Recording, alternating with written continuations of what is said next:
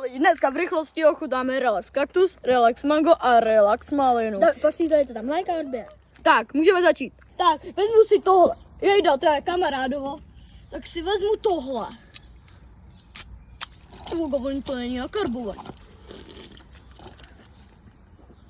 Chutná to jak plíseň, takže dávám takových 8 z 10 a kamaráde, můžeš rychle na to, otevírej to a I shall speak.